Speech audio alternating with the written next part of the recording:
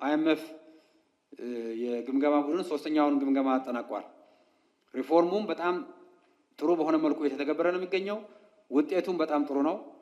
በተለይ ደግሞ ህብረተሰብ ላይ ሊያመጣ የሚችለውን ጫና ከመቋቋም አንጻር የኢትዮጵያ መንግስት በከፍተኛ ደረጃ እየሰራ ያለና ይሄም ውጤት እያመጣ ያለ መሆኑ በየትኛውም የኢኮኖሚ መመዘኛ ማረጋገጥ ይቻላል ማለት ነው።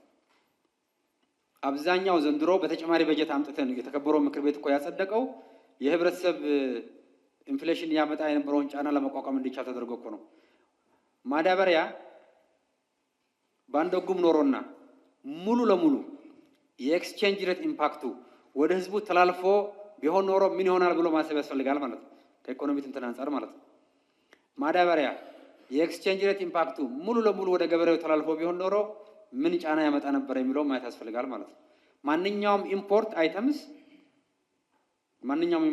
አይተምስ ኤክስቼንጅ ሬቱ በገበያ መወሰን ከጀመረ ማግስት ጀምሮ በእጥፍ ጨምሯል።